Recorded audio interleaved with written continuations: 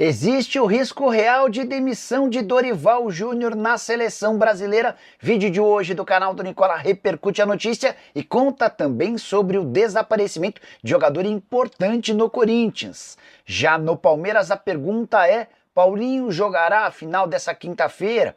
Para completar, Crespo se oferecendo para treinar o São Paulo, Flamengo projetando o maior faturamento de sua história para o ano de 2025, Paquetá com uma novidade em relação ao seu julgamento. Falo também sobre a volta do Galo à Arena MRV, o Cruzeiro com o segundo elenco mais valioso da Sul-Americana, reforço de graça no Santos, as últimas do mercado, bastidores, finanças e muito mais. Fala aí pessoal, sou Jorge Nicola, bem-vindos a mais um vídeo do canal, sempre bom ter vocês por aqui, sem perder tempo, pedir para deixar like, se inscrever no canal. Agora sim, bora começar o vídeo com aquele tradicional giro de notícias, e a primeira informação é sobre a minha portuguesa, que comprou os direitos econômicos de Gustavo Henrique, zagueiro que havia chegado por empréstimo no Campeonato Paulista, teve boas apresentações, virou titular ao lado do Biasos e acaba de ser adquirido por algo na casa dos 300 mil reais junto ao CRB. Já Pedro Raul, que vive grande fase com a camisa do Ceará, inclusive foi o autor do gol do título do Campeonato Cearense contra o Fortaleza, explicou por que não deu certo no Corinthians, abre aspas para o centroavante: eu não tinha uma relação muito boa com o Ramon Dias, só conversava com o filho dele, o Emiliano. Era difícil jogar no Corinthians também, porque o Yuri Alberto fazia gol todo jogo e o Memphis é um jogador internacional. Já o BTG Pactual apresentou a investidores os números da SAF do Fluminense, com valor de 850 milhões de reais. A promessa é de um aporte de 500 milhões de reais, com 270 milhões ainda em 2025. O Conselho Deliberativo do Flu vai discutir o projeto em 14 de abril. Para fechar o giro de notícias, quero falar sobre o Vasco. Maxime Domingues está deixando o clube, ele deve virar reforço por empréstimo até o fim da temporada no Toronto, lá do Canadá, time que disputa a Major League Soccer. Quero falar agora sobre o Santos, que acertou no início dessa semana a contratação de um volante paraguaio sem custos. Trata-se de Ángel Aguayo, 18 anos de idade. Ele chega com a ajuda da Elenco Esportes, empresa de agenciamento que é tocada pelo Fernando Garcia e pelo Guilherme. E a Elenco irá bancar cerca de 350 mil dólares ou 2 milhões e 200 mil reais por 80% dos direitos econômicos do jogador.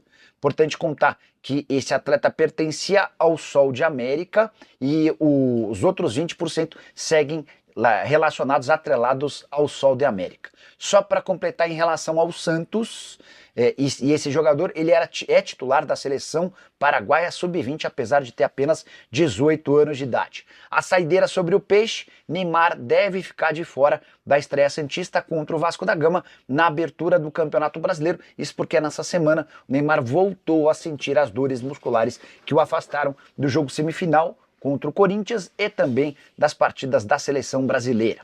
Bora falar agora sobre o Cruzeiro. Você sabia que a Raposa, a atual vice-campeã da Sul-Americana, tem o segundo elenco mais valioso do torneio? Levantamento feito pelo Transfer Marketing aponta que o elenco cruzeirense hoje está estimado e avaliado em 95 milhões de euros. Somente o Corinthians tem um elenco mais valioso. O Timão vale 111 milhões de euros. E há um domínio gigante de clubes brasileiros no ranking da Sul-Americana. As 6 primeiras colocações são todas de times brasileiros. Corinthians com 111 milhões em primeiro, Cruzeiro em segundo com 95 milhões, o Grêmio é o terceiro com 93 milhões de euros, o Galo é o quarto, 88 milhões, o Vasco é o quinto, 85 milhões e o Fluminense aparece em sexto com 67 milhões de euros. O primeiro clube não brasileiro a figurar nesse ranking é o Independiente da Argentina, que fez uma série de investimentos e passou a contar com um elenco estimado em 34 milhões de euros. Na sequência aparecem Vitória, da Bahia, e Defensa e Justiça, dividindo a 8ª colocação com 31 milhões de euros. Diante disso, dá para dizer que o Brasil é favorito ao título da Sul-Americana. Em quem você apostaria suas fichas? Já usa o espaço para comentário e registra a sua opinião. Combinado? Bora falar agora sobre a volta do Galo à Arena MRV. Quando é que o Atlético vai ter a chance de retornar a seu estádio? Vale a lembrança de que a Arena MRV fechou suas portas para a troca do gramado, que era natural e vai passar a ser sintético. Na teoria, O retorno acontecerá no dia 16, ou melhor, no dia 12 de abril contra o Vitória. Inclusive o Bruno Musi, o CEO do clube, chegou a dar esse relato de forma pública, mas internamente o Galo trabalha com a chance de estrear como mandante no Brasileiro no dia 5 de abril, dentro de casa. Essa é a projeção, esse é o prognóstico. Se tudo correr bem nos próximos dias, o Atlético vai ter a oportunidade de estrear como mandante dentro do seu estádio. Vale a lembrança de que a estreia do Galo na competição acontece nesse final de semana contra o Grêmio, na condição de visitante. Depois, na terça-feira, o Galo enfrenta o Cienciano, também visitando.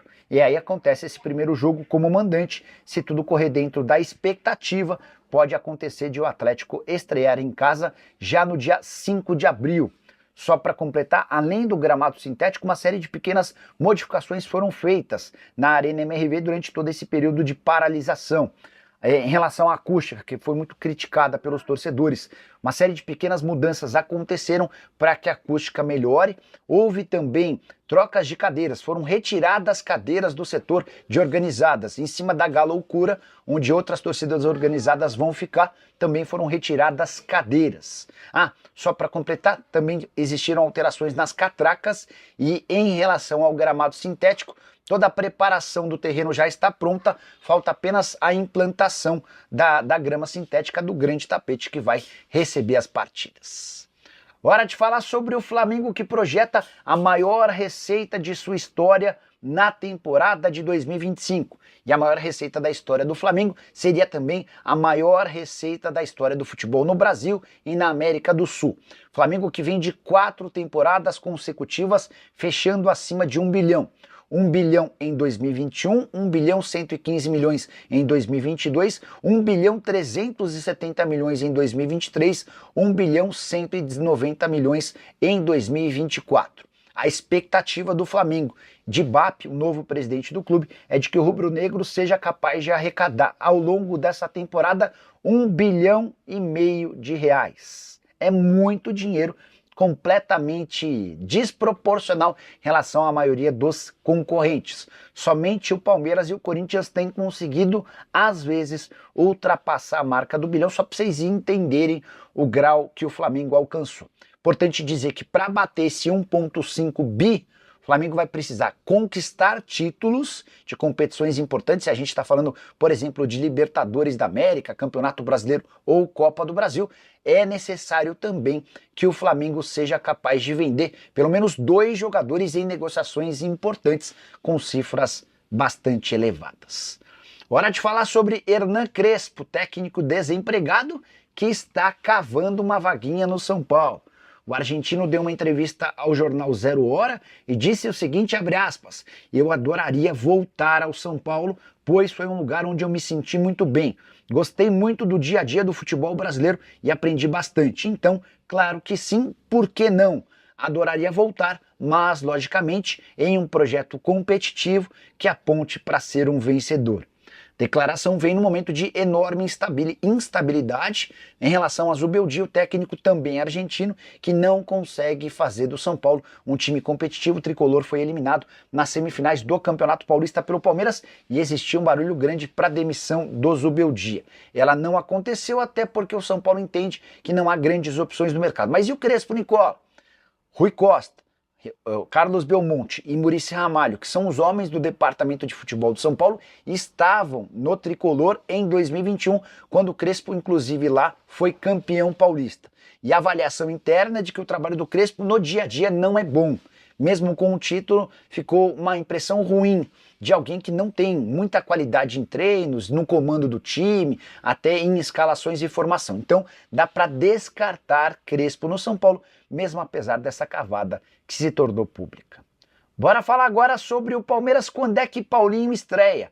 O segundo reforço mais caro da história do Palmeiras, 18 milhões de euros. Além dos repasses em definitivo de Gabriel Menino e também de Patrick, Paulinho ainda não estreou e existe uma esperança, uma expectativa, um sonho do torcedor alviverde de que o Paulinho apareça para o confronto contra o Corinthians nessa quinta-feira na Neoquímica Arena, jogo que vale o título do Campeonato Paulista, mas A tendência é que o Paulinho nem sequer seja relacionado. O Palmeiras chegou a deixar vazar a notícia de que existia essa expectativa, mas a verdade é que o Paulinho está num cronograma bastante distante da sua estreia. Ele já fez na segunda-feira um trabalho com bola, mas foi uma exceção no cronograma de atividades do atacante, que ainda segue sob os cuidados do Núcleo de Saúde e Performance do Palmeiras. Ele não está liberado para fazer todos os trabalhos em campo. Ele faz um ou outro trabalho em campo, a maior parte ainda é sob supervisão do Departamento Médico e Físico. Vale lembrar que o Paulinho havia sido submetido em dezembro a uma cirurgia por conta de uma fissura óssea causada por estresse. A expectativa de que ele voltasse a jogar no mês de abril, colocá-lo em campo na final do Campeonato Paulista, seria apressar esse processo e colocar em risco a recuperação de um atleta que vai ter papel super importante no decorrer da temporada. Hora de falar sobre Breno Bidon, que está perdendo espaço no Corinthians apesar do enorme cartaz que ele tem. O Bidon e o Yuri Alberto são as grandes apostas do Corinthians para vendas internacionais, em negócios que certamente podem superar 20 milhões de euros. Mas a verdade é que o Bidon, depois de servir a seleção brasileira no Sul-Americano Sub-20, em que o Brasil foi campeão, ele até volta jogando como titular no Corinthians, mas some do time a partir da derrota por 3-0 contra o Barcelona em Guayaquil. Parece que o Bidon foi a grande vítima daquela derrota que causou a eliminação do Timão na pré-Libertadores. Tanto que nos 3 jogos seguintes, o Bidon até esteve em campo, mas somente nos minutos finais. Foram 19 minutos contra o Santos, na vitória por 2-1 na semifinal do Campeonato Paulista, 6 minutos no jogo de volta contra o Barcelona, na Neoquímica Arena, vitória por 2-0 corintiana, e apenas 1 minuto em campo no confronto contra o Palmeiras. Jogo de ida da final do Campeonato Paulista, ele entrou só para constar, com um detalhe, jogo em que o Corinthians não tinha Rodrigo Garro por conta da preservação em relação ao joelho. A tendência é que o Bidon siga de fora na partida de volta marcada para essa quinta-feira no Corinthians como mandante. Isso porque o Ranieri recuperou seu espaço no time titular e Martinez e Carrillo hoje são 2 das principais referências da equipe. Não me refiro nem só em relação a meio-campistas, mas como jogadores em geral. O Carrillo talvez seja o melhor jogador do Corinthians na atual temporada. Martinez também vive grande fase. Então para o Bidon resta a disputa da bola ou da posição com o Ranieri. E a impressão que se tem é de que depois da falta de combate do Corinthians contra o Barcelona em Guayaquil, houve a percepção do técnico Ramon Dias de a necessidade de ter um time mais físico, mais intenso e mais marcador. Até por isso o Ranieri ganhou a posição e o Bidon agora é reserva. Só para completar o noticiário corintiano, Memphis Depay deve voltar a treinar nessa quarta-feira, depois de servir a seleção holandesa eliminada nas quartas de final da Nations League, derrota nos pênaltis para a Espanha. Quero fechar o vídeo para falar sobre o futuro de Dorival Júnior. O Brasil tomou 4-1 da Argentina nessa terça-feira no Monumental de Núñez. E eu vou dizer mais, esse 4-1 ficou barato diante da enorme quantidade de chances criadas pelos rivais contra um Brasil bem pouco criativo. Exceção ao gol marcado pelo Matheus Cunha numa falha do Romero, o Brasil teve uma outra chance numa cobrança de falta do Rafinha que pegou no travessão. No restante do tempo, um domínio completo da Argentina com enorme culpa de Dorival Júnior, que escalou uma seleção super ofensiva, não tinha meio campo, e aí a Argentina deitou e rolou no setor de criação do jogo. Importante dizer que nas próximas horas, o presidente Edinaldo Rodrigues, da CBF, vai se reunir com seus pares para discutir a demissão do técnico Dorival Júnior. O Edinaldo deixou o Monumental decidido a dispensar o técnico, mas ele precisa de um outro treinador para poder demitir o Dorival. Até porque a busca por um técnico já causou enormes críticas ao Edinaldo. Vale a lembrança do episódio envolvendo Carlo Ancelotti. O Brasil tinha a promessa do técnico italiano do Real Madrid que ele assumiria a seleção. Diante da dificuldade do próprio Edinaldo em se manter no cargo, o Ancelotti recuou e o Brasil acabou passando um carão mundial. Desse momento, dá para dizer que o Ancelotti volta a ser uma alternativa, apesar de ter contrato com o Real Madrid até 2026, até a metade de 2026. O Ancelotti deixou vazar para amigos próximos que pode se despedir do Real Madrid depois do Super Mundial de Clubes, torneio marcado para junho e julho nos Estados Unidos. E o Super Mundial de Clubes é um problema para a seleção. Isso porque quase todos os técnicos especulados vão participar da competição. Carlo Ancelotti pelo Real Madrid, Felipe Luiz, que tem nome defendido por alguns, é treinador do Flamengo e participará da competição, além de Abel Ferreira e Jorge Jesus, o Abel pelo Palmeiras, o Jorge Jesus pelo Al Hilal. E é exatamente por conta dessa participação no Super Mundial de Clubes que existe uma chance de o Dorival permanecer até a metade do ano. E aí, com a definição do Super Mundial de Clubes, o Edinaldo estaria com mais facilidade para escolher um novo técnico. Você demitiria o Dorival? Escolheria quem para treinar a seleção? Já uso o espaço para comentário para registrar sua opinião. Só queria deixar uma sugestão. Luiz Castro, técnico desempregado por opção, até porque tem um salário alto depois de sair do Al Nassr, se convidado pela seleção, imagino, aceitaria na hora. Você gosta do nome? Deixa eu só completar com mais duas informações bastante tristes que mostram o atual momento da seleção brasileira. O Brasil, depois da Copa do Mundo de 2022, já tomou 31 gols em 25 jogos. Pois saibam que na era Tite, com 81 jogos, o Brasil havia levado 30 gols.